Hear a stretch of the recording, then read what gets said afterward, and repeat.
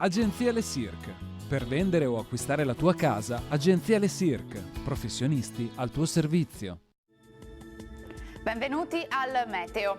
Ultimo giorno del 2020 all'insegna di una temporanea pausa asciutta, ma sarà soltanto una breve parentesi perché l'anno nuovo purtroppo non inizierà con i migliori auspici, quantomeno dal punto di vista del tempo. Vediamo il dettaglio.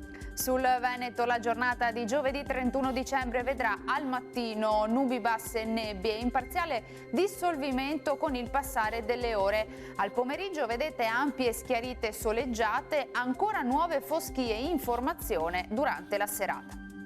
Temperature minime tra -1 e 2 gradi, valori massimi compresi invece tra i 4 e gli 8 gradi all'incirca. Ci spostiamo ora sul Friuli Venezia Giulia, inizialmente qualche addensamento nuvoloso con anche isolati piovaschi. A seguire sarà più soleggiato un po' dappertutto.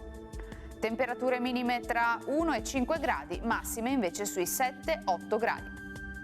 Uno sguardo infine al Trentino Alto Adige, dove la situazione sarà la stessa con tanto sole e il cielo si presenterà sereno o al massimo velato. Temperature minime intorno ai -2 gradi, massime invece sui 3 all'incirca.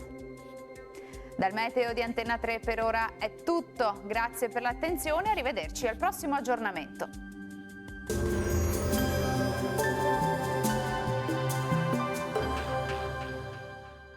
Agenzia Le Cirque. Per vendere o acquistare la tua casa, Agenzia Le Cirque. Professionisti al tuo servizio.